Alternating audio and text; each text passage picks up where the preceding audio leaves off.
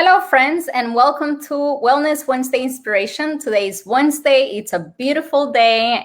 The sun is out here. It's so warm out, and I'm so happy to be here with you all today. Dr. Linda, how are you doing? Hi, happy Wednesday. I'm doing amazing. Of course, Wellness Wednesday, our favorite day. So Yes. no complaints here. Everything's great. Awesome. I'm so excited about today, and we're going to be talking about reaching a new level of wellness. How can we heal and improve our health by changing our inner state? And it's probably one of my favorite conversations because it's one of the things that, if anything, can get you to a different state, to a new level of well-being. It's the information that we're going to share today. Absolutely. So I'm super excited today and super excited to be here with you all. And Dr. Linda, how was your Wednesday? Good. No complaints. And you know what's interesting? I was at a study this morning, and it's going to just tie in perfectly with what we're talking about today. So it's going great. No complaints. Just been busy, and just always excited to bring the information to our listeners and how we get to hear that it's been changing people's lives. So I think that's the biggest thing, because a lot of times we don't see, sometimes we're not communicating with people. Sometimes it's technology that, I do Facebook Live, so do you, and we can't always see the comments, but going back and sometimes listening, I'm like, yeah, that was pretty good. And that's even listening to just, the interaction and our thoughts, because we come from, of course, two different experiences, two different thought process, but everyone can benefit from both. Yes. And that is so true. And then getting to hear how we can actually impact other people and how other people take whatever we're sharing on this program and implement it in their lives and see a positive change is a very rewarding experience as well. Yes, definitely. So today we are going to be talking about relationships, thoughts, emotions, and basically living life from inside out. And all of these things are not necessarily things that people associate with health. Correct me if I'm wrong, because people see health as a type of cause and effect. Oh, I'm hurting, I'm going to take a Tylenol. Or, my mom had diabetes, so I'm going to get diabetes by the time I'm 40, things like that. But they don't necessarily connect how anything that is going on here, anything that goes on in the mind, anything that goes on thought-wise and emotion-wise, actually and ultimately with time leads up to all of these diseases, conditions, cancers, and early deaths that we're seeing nowadays. Mm-hmm. Yes, and if you look at the word disease, it's, you spell it out. I would spell it out for patients as DIS, slash or, dash EASE. So what is that? That's disease. So your body is not at ease. So that's definitely... There's always a connection, and I think that's kind of lacking in traditional medicine, that it's like you were saying, we just administer a drug, or even sometimes patients, oh, I just want a vitamin for this. It's like, well, it's not necessarily that you're lacking that. What's creating that problem? So it's always about looking from within when working with the body. Always. There has never been a time where it hasn't failed, unless there was some direct physical trauma. Maybe somebody was involved in a car accident, but then at times they will equate that car accident with maybe an experience, and then they'll stay in that situation for such a long time when they could have healed themselves. So they're very powerful. And what happens then is every single day that they're reliving the process of what happened, that experience that they had, every single day without thinking about it, they are literally sending the same emotions, the same chemicals, and the same thoughts to their cells. And then the cells are kind of reliving the whole process all over again. So over and over and over again, we're literally going through trauma. And one trauma that we go through can literally be relived by us thought-wise and emotion-wise for years and years and years to come. So very important to grasp this process, because I've been there, it's happened to me. And once I understood that, and I understood what my thoughts and my emotions were doing to my health, that's when everything changed for me. Yes, absolutely, 100% spot on, because we get so, well, just think about, what exactly is an emotion? What would you describe as an emotion as? It's basically the feeling, the end result of some sort of situation. Mm-hmm. So whatever you give it, whatever value you give it to, that's what it is. And then it's expressed in the body and a very specific physiology. So whether you have a negative emotion or a positive emotion is going to be expressed in your body in one way or another. And I Mm-hmm. like to kind of say it's a cocktail of chemicals that are being expressed in your body, upregulating genes, downregulating genes, and the genetic expression of how they're going to show up. And we get so addicted to those because it's familiar. Mm-hmm. And that's how it's expressed in our body as disease. And I think when people grasp that concept, it's life changing. And it's like, well, you're creating half of the problem, but they hold on to that belief so strongly and they don't want to let it go because it's serving them some sort of purpose. Is that what you have found in your practice with patients? Oh, yes, absolutely. It's that addiction, and we get addicted, and many people maybe can relate. Addiction many times it's not positive. We get addicted to people get addicted to cigarettes, drugs, alcohol, sex, and many other things because they serve a purpose. It's a purpose of being in a familiar situation. So getting that reassurance maybe of, well, everything can be going wrong, but at the minute that I smoke a cigarette, everything comes down, or everything can be messy in my life, but the minute that I have a drop of alcohol in my system, then life is good. So is that reassurance is going back to that familiar pattern, right, for us emotionally, but of course it's not in any way beneficial for our body. So it's a very interesting uh, subject. However, what most people don't know is that you can also become addicted to your emotions, like you were mentioning. Mhm. So we become addicted to feeling guilty. We become addicted to feeling sad. We become addicted to feeling depressed. And it's serving a purpose because maybe it's giving us attention from someone else. So when you're feeling sad because somebody died, or you got into an accident, or something negative happened in your life, and you're sad over and over and over again, and you're getting that emotion and that attention from people around you. Oh, poor you, look at you, how can we help you, and all these things. Then you get that reassurance of, well, I'm getting something, right? It's kind of like a kid. Kids misbehaved or they behave depending on what gives them attention. So as parents, we're always told, well, if your kid is misbehaving, don't give them any attention because they're going to do whatever it is that they need to do to get the attention that they want. So whether that means getting in trouble and, with the law, or with you, or doing what they shouldn't be doing, or whether that means doing the right things because that's what gives them attention, that's the emotional addiction, basically, that dictates how we act. Yeah. And it's more the familiarity of it, because something that's familiar, whether it's good or bad, brings us comfort. And the Exactly. familiarity of, oh, if I do this, I know this is going to happen. And we just blow it off. If it's something negative, it's just like, oh, yeah, I know he does that all the time, but I know that he loves me. Or we accept that because that's very familiar and it's comforting.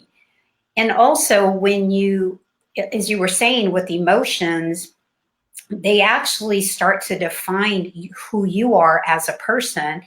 And you end up becoming, your personality is dependent on the emotions you're expressing all the time. And the emotions, of course, as I mentioned earlier, are going to create a physiological response in the body, which I like to call it, okay, what cocktail of chemicals are you stirring up today? Do you want this life is so good margarita? Life really sucks. Give me some shots of tequila. So whatever we choose, we can create that chemical, I would say that chemical reaction, physiological reaction in our body. And when, and just kind of to make it simple, you can show somebody a picture and they'll get excited about something, if depending on what the picture is, or they'll get disgusted by it. but they're creating emotion, and then those emotions are just so familiar. So it's really interesting how we stay in that a lot of the times. And I think with healing, I always say we have to become a new person. We have to create a new identity. How do we create that new identity? By the identity that we are now is simply a sum of all of our beliefs and our emotions put together. Mm-hmm. And something that you mentioned is you can look at a picture and you can get really happy, or you can look at a picture and get really disgusted, for example. Mm-hmm. But nothing really has meaning. And we've said this before, nothing has meaning except the meaning that we attach to whatever is happening. So we have the control. And this is something that I actually heard in a video, and it kind of blew my mind. We have control over nothing, literally nothing, in the environment, in our bodies, in nothing except our thoughts. That's literally the only thing that we have control over in the entire world. We can't control other people. We can't control the plants. We cannot control the animals. We can't control how long we're going to live. We can't control how tall we're going to be. We can't control anything. We can't control digestion. We can't control many things. However, we can control our thoughts. And yet most people really don't, right? And that's what actually ends up leading us to all these paths of disease that we were talking about, and depression, and literally just unbalance, because we are not one with our thoughts. But it's the thoughts, as you were mentioning earlier, it's the thoughts, because all thoughts have energy. And because we are fields of energy, that the thoughts will impact your body's physiology. So in essence, it's yes and no.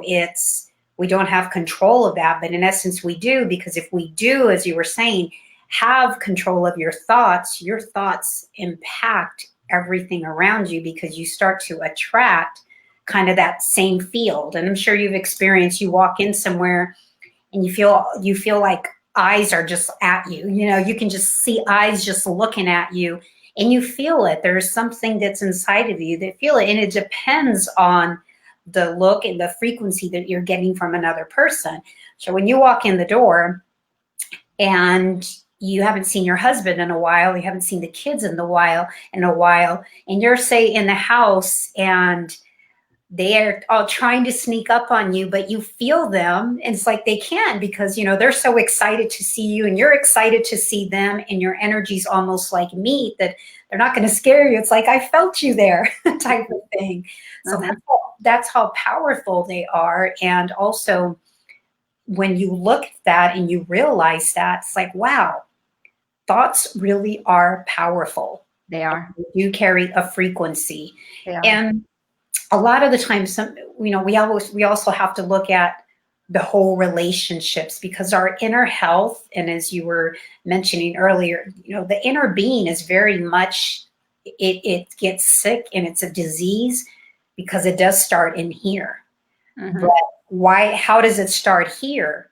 Because of everything outside of us, especially our relationships. Relationships certainly have a huge impact. And as a matter of fact, I was doing research. I'm doing a talk next week. And one of the things that I'm touching on is relationships. So I'm doing a little bit of research, and I'm going to share with you what the research was able to find. And it was done by Harvard University. And it says that the study was composed of 309,000 people. So very, very large study. And it found that lack of strong relationships increased the risk of premature death from all causes. This is from all causes by 50%. So this is equally as damaging as smoking more than 15 cigarettes every single day, or greater than being overweight or physical inactivity. So this is huge. This is like how relationships can impact your health. It's so big. It's mind blowing. Absolutely. And what's the number one reason people go and seek community? What is it? Most of the time, people want to go and let's say going to a concert. Say we pick like, I don't know, like Journey or U2 or like going, that's kind of from my days. But I love, when you go to a concert like that, you are around all these other people that are going, then they love them too. So it's your collectiveness and the love and of what you experience there, that it's like we're all being tuned into the same radio station. We want to go in there and have a great time. And so we seek out that group because it's a group that's going to solidify our desire of our emotions and the beliefs that we have. And then the same thing can be said for people that go to, let's say, support groups. And I would love to hear your feedback on that, because sometimes they go to support groups, they continue to talk about the problem instead of creating a new solution and desiring to become a new person. They get so stuck in that. And I mean, I've been to a meeting just to go, what it was like to, I think I mentioned this before, like an AA meeting. And the first thing you have to do when you walk in there and then you introduce yourself, you tell them your name and you tell them, I am a addict. Mm-hmm. How negative is that? I came in all the time. And they tell about a lot of their bad stories of, well, when I was drunk or I was high, this happened. It's like, why would you want to continue to relive that? So that's why the power of, having a support in relationships is so powerful, but it's the right kind. Mm-hmm. And that's actually also my thought process when it comes to these groups. I think they serve a very good purpose at the beginning when someone's going through like the raw, of the emotions and the addictions and getting out of the addictions. I think having that support group of people that have done it, that have been there and everything is very beneficial.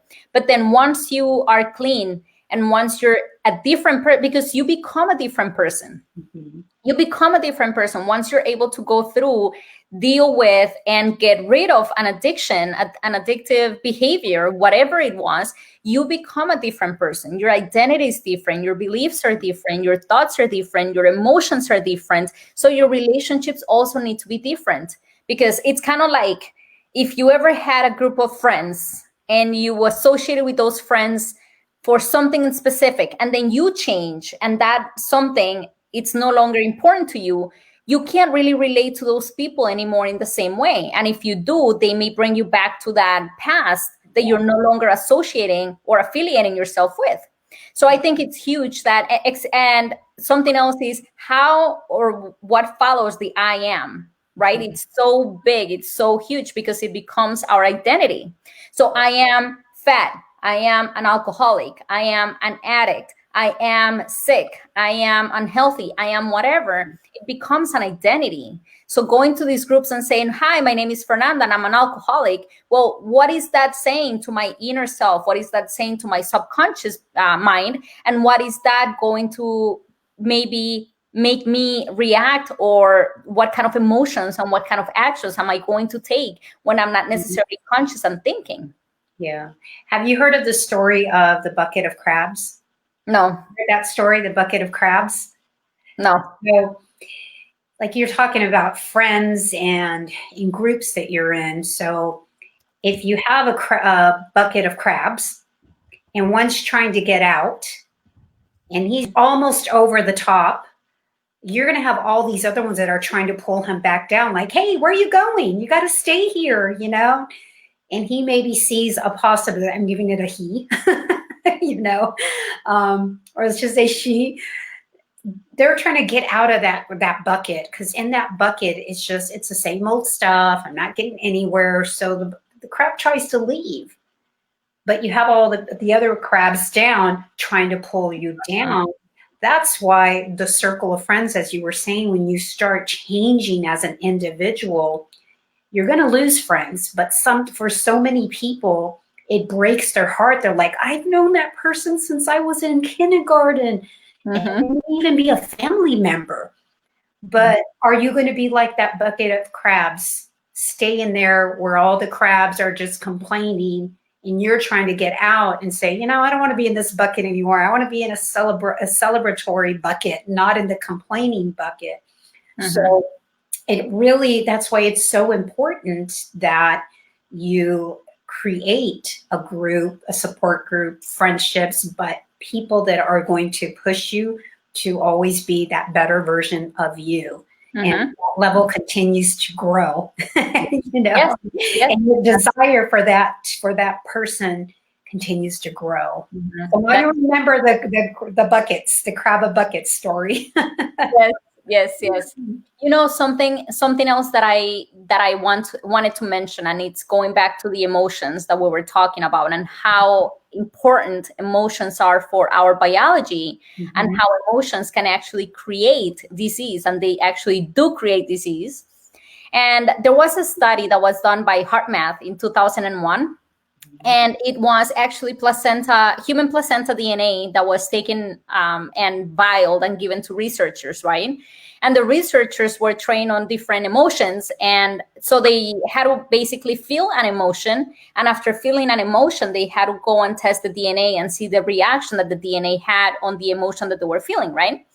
So what was found, interestingly enough, is that when the researchers were happy and they were excited and they were looking at life in a positive way, then the DNA would kind of relax and it would elongate and it would get healthy. But then when the researchers were angry and they were mad or they were jealous or they were complaining or they were frustrated or any negative emotion, the DNA would contract and it would turn off. So now the impact of this study and the way that I see it is, oh my God, like this is not even their DNA. It's like human placenta's DNA. It's not even inside of their body. It was outside of their body. It was vialed and it was in a laboratory. So imagine what happens every time you feel a negative emotion because of somebody died or because you had a car crash or because you slipped and fell and broke your leg, or it doesn't matter what happens. It really does not matter what happens. Life is going to happen. Bad things, negative things, challenges are going to happen to everybody because that's how we grow, that's how we learn, and that's how we become a different person. But how much you get stuck in those feelings over and over and over again, and you're sending those emotions to your DNA. You're sending the emotions of being negative or being unhappy, of being sad, of being frustrated, of being angry, jealous, whatever it is that you're feeling, to your DNA. And sooner or later, the DNA is going to turn off. And that's when disease happens. Absolutely. And just because we were born, and people say, well, I can't change my DNA, but you can, you're changing it every single day on the expression of your DNA. The whole genetic expression is dependent on your environment. But the beauty of it, we get to, as we mentioned earlier, we get to give it whatever definition we want to. And nothing has a feeling until we give it a feeling, any experience as well. So that is so powerful. I love that. Finally, I got off the bucket. The ground looks good. I know, been there. every time we get off the bucket, it feels good. Every time we're able to conquer ourselves, our thoughts, our emotions, every time we say, no, I'm winning today. I'm not feeling bad. I'm not letting my emotions control me. I'm not letting my thoughts control me. I'm not letting my external environment control me. No matter what's going on outside, no matter if somebody's screaming at me, and that's one of the things I think Michael Singer would say that a lot. He's like, when people come to you and they're screaming at your face, most people's reaction is like, oh, hell no, not to me. And they get mad, like, what? And so why are you letting somebody else get those negative emotions inside of you? And then once again, those negative emotions affect you. They don't affect the other person. If you get run off or cut off on the side of the road by another person and you're literally in your car cursing and being pissed and upset and everything, you are sending that signal to your DNA. The other person's fine. The other person's gone. The other person didn't hear you and doesn't even know you exist. Yeah. And one of the things too, when a person gets upset is their body has a cortisol response. Cortisol impacts the brain where you can't make conscious decisions. You can't make logical decisions. You also forget things because the impact it has on the hippocampus part of the brain. So by you being stressed out and something just really, like you were saying, somebody pisses you off and you get into that state, you get that cortisol up and you're like, you get into that place, you're actually creating more problems in your health, and you can actually gain weight just from stress. And people have that belly fat because it's just like an anger stress, and they get even more mad, like, I've been working out and nothing's working. I'm like, well, you getting mad is not going to help it either. So, it's just so powerful. And if people really would just understand, this is, everything that's who I am today, my identity as an individual is the cumulative effects of my daily patterns that are impacting my emotions. They're also impacting my behaviors. Therefore, as a result, I am that identity. And who are you as that identity? Are you a happy person? Are you an angry person? Are you a pissed off person? Are you a complacent person? So you're the end result. We as individuals, because yes, we have this physical body, but if you look at yourself as a spirit, as a soul, you are an accumulation of all those, and that's powerful. It is super powerful. And the funny thing, if you think about it, is that many of these beliefs that drives us without us really knowing, because we're being driven by a computer. Mm-hmm. Our subconscious mind dictates exactly everything that we do or don't do in our lives. And this is a computer system that is already programmed for us. So we think we have like our choices, but literally we're being controlled by the subconscious mind. And the funny thing about the subconscious mind is that most of those beliefs have been ingrained by society, our parents, friends, our surroundings, and most of them are ingrained by the age of 5. When we're 5, we're already basically, programmed. Yeah. So unless we acknowledge that and we recognize that we're being run by a program, and this program was probably literally set when we were 3 or 4 or 5 years of age, and we decide to consciously change the program so we can start making our decisions and not being made the decisions by this program, then nothing really changes. So a lot of people, literally 40, 50, 60-year-olds, are living with the emotions and the beliefs that they created by the time they were 5. Mm-hmm, mm-hmm. So let me ask you this, and you may know this already, but play with me with this. Mm-hmm. So how old were you when you started to drive and learned to drive? The first time that I drove, I was 9. Okay. So you learned at what age? At 9? I had a car by the age of 14. Okay. So, but you drove at 9. So you learned to drive at 9, but you started having, just so legal wise, 14. It's like 14, you had a car. I was in Colombia. Okay. But actually, you started to learn how to drive when you were an infant in a vehicle. You didn't learn to drive at 9 years old. That's true. So those programs that you were subconsciously, they were all coming in those first 7 years, even being in a car seat, those were all being already downloaded in your mind. And even the music that they're listening to, that's all being downloaded as a little one. And those are the programs. The problem is we get so caught up in those programs right now. And as you were saying, people in their 5th decade of life, 6th decade of life, they still have those old programs that they're running off of. And a lot of those programs are simply beliefs from other people. Mm-hmm. And so once again, we who we are today is the sum of our beliefs, our emotions, our experiences. And to become that new person and how that impacts our health is just like Einstein's quote about, we have to be a different person than who we are that created the problem in order to solve the problem. Mm-hmm. And so it's about getting into that state of, well, what is Fernanda? You have a speaking gig coming up. It's like, who are you going to be when you get on that stage? Mm-hmm. Okay, I have to put on the persona of a speaker. Okay, what is that persona of a speaker? It's a person who's confident. It's a person very articulate. It's a person that knows how to I like to say it's infotainment, where you have to be able to inform people, but also educate them, because we learn by stories.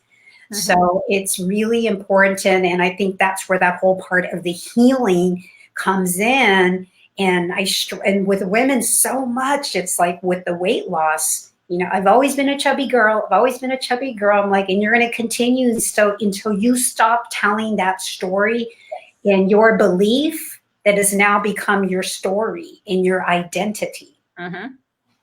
So I'm taking a course by Bob Proctor, correct? Mm-hmm. And I'm literally in the chapter of the subconscious mind. And he is in the video, he says, when I started learning about the subconscious mind and how it operates, he was working at this place and he was literally making $4,000 a month or a year. Mm-hmm. $4,000 a year. And he owed $6,000.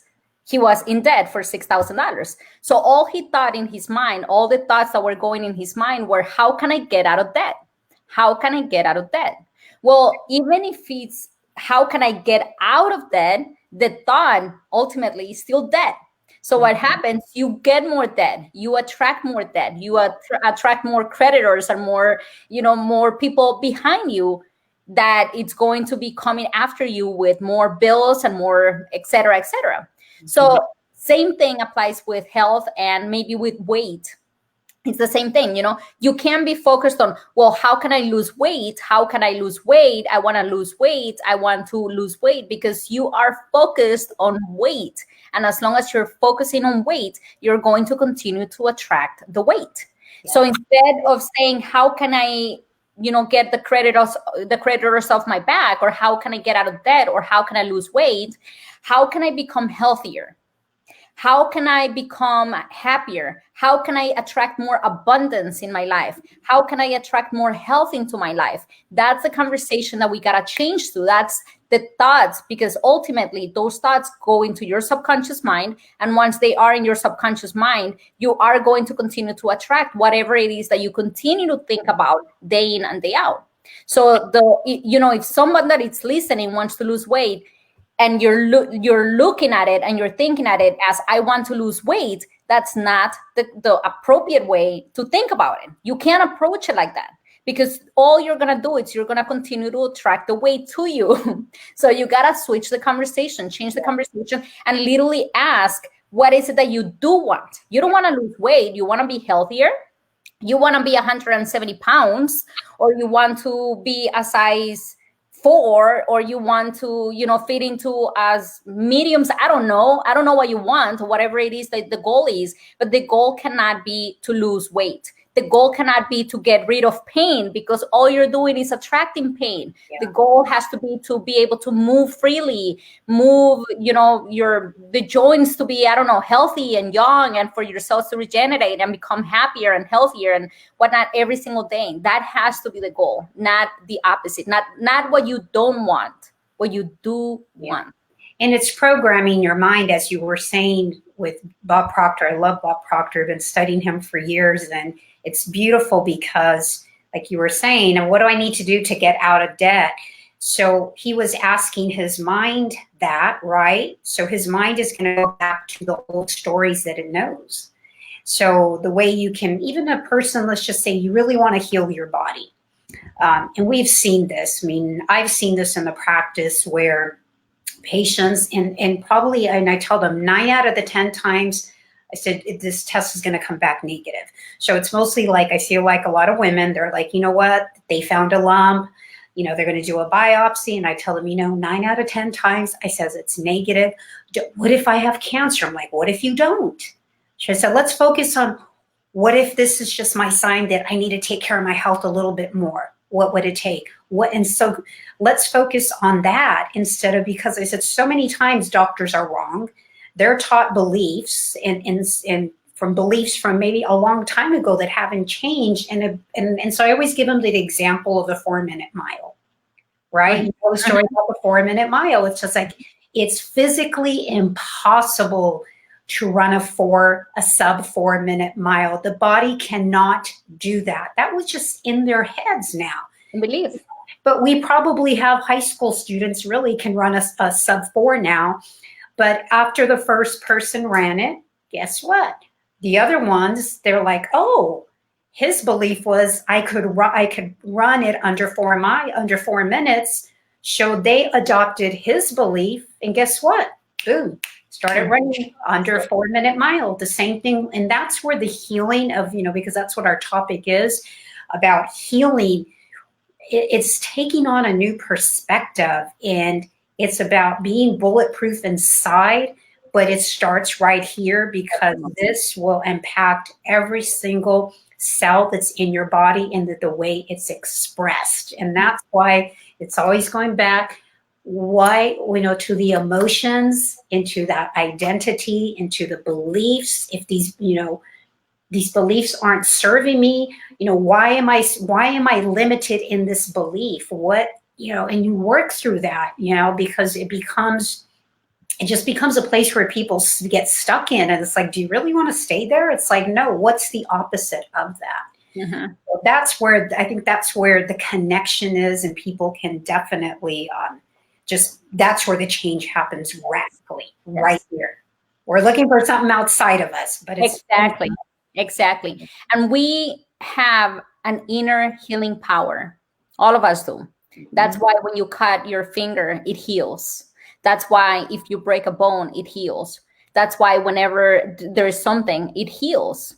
So we have an inner healing power, yet we don't go to this inner healing power because we don't see it. We can't see it. We can't touch it. So we don't really think it exists. We only know it heals because we can see our finger literally healing after a cut. But we literally take it for granted. So if literally think about this, if your whole body can regenerate, if your cuts can heal, if infections can heal, if bones can heal, if you can give birth and create this amazing person inside your womb, if any of these things happen that are miraculous, if you are alive today, that's a miracle. What makes you think that you can't heal anything else? But we gotta go back to ourselves, to our inner self, and we gotta touch on this healing power and say, okay, healing power, this is what's going on, and I need help. This is what I want, not what I don't want. This is what I do want. And if you connect with this healing power inside of you, not outside, not medications, not anything else, if you connect with the inner part of yourself and you talk to this healing power and you ask what you want, sooner or later, if you're able to connect, you will get it. Yeah. And it's very powerful. And as the talk was, how can we heal and improve our health? By changing our inner state. I mean, our thoughts are so powerful. And I'll give you a quick example before I know we're going to be finishing up here. Like, my daughter was at a game. They had a game yesterday, and they had played. They won the first two. They lost the second two. They were up for the fifth game.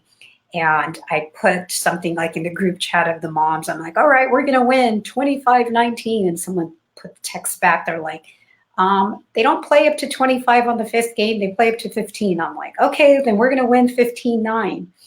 And so a few minutes later, in the group chat, we get the text, and it said, oh, we won 15-10. I'm like, I was still pretty close, We won 15-9, but it was just putting out that intention. And it's powerful. And it's just like, let's put out good intentions wherever we go for the better of humanity, because all that still impacts our health, but it's always about, like you were saying, going within. So what are two things that you would tell people how to work their inner power? What are two tools that you would give them?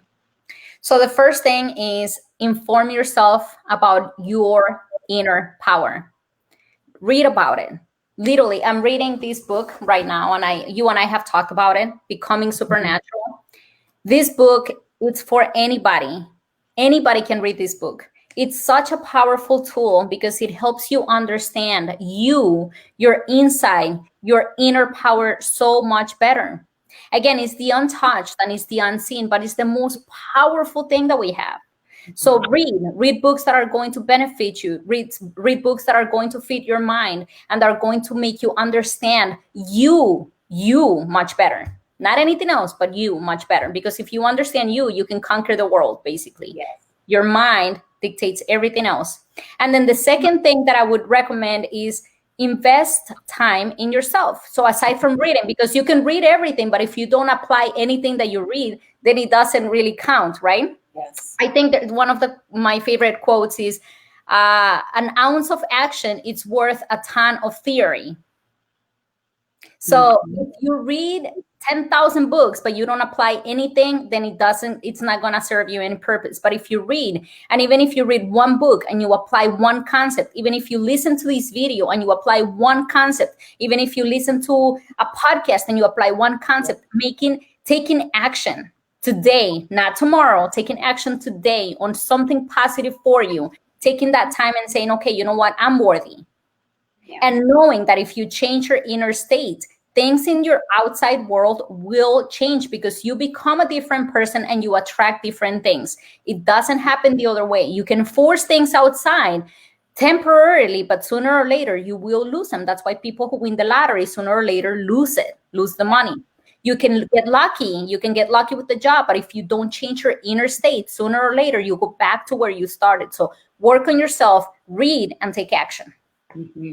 Absolutely. So it's more about becoming, I would have to say that if you're working on your health, because I believe that your success in life is very dependent on your health. And we've seen a lot of amazing motivational speakers that they are out there and they're speaking and they're making money, but they don't take care of their physical body, and they end up with a heart attack, they end up with cancer, they end up with something that just throws a monkey wrench in their career. So for me, it's always, this is your body, this is your spirit, this is your vehicle for life. So honor it, take care of it. Think about the limitless possibilities it has, because like you mentioned earlier, we have our own pharmaceutical company. That's what I call it. It's inside your body. Mm-hmm. And I kind of use the example as it's open when you're eating great food, things are working the way they're supposed to.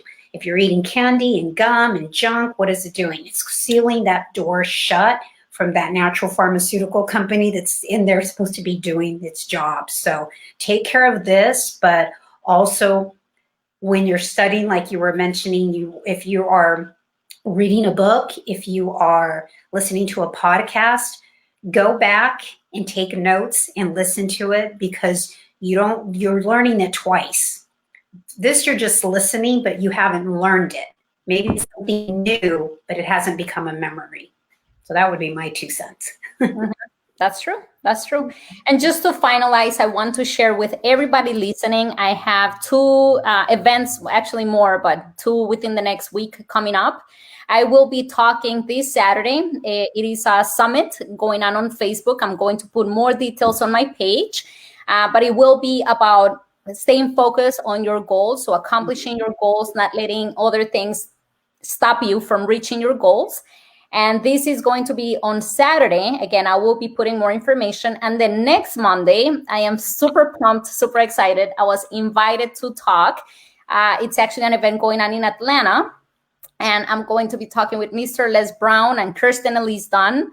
I am doing a live tomorrow with Kirsten, giving you guys more information about this event. And it's about health and basically everything that we talked about today, but more in depth, going into different categories on how we can improve our health and become a better person, a better human, and basically just reach a level of wellness. So I will be talking, and I want to say it's like at 11:10 in the morning. I will confirm. I'm going to put all the details online, and hopefully I will be starting a national tour soon. So I will keep you guys all posted about that. So that's awesome. Things coming this way. I'm doing the work. I'm doing the inner work. So again, the results are showing outside. Yes. And this is proof that no matter what you are, where you are, and who you are, you can change and you can alter whatever is going on in your life, but changing your inner state. So thank you. Yes. Yeah. So thanks everyone for joining us, and can't wait to next week. We'll see you here at the same place, same time, and helping you become the best version of you so you can go out and leave an impact on this world, because you do, whether you believe it or not, you are impacting this world, and you get to decide if you want to leave a positive legacy and a positive impact. Okay? Thank you all. Thank you, Dr. Linda. Bye-bye. Bye.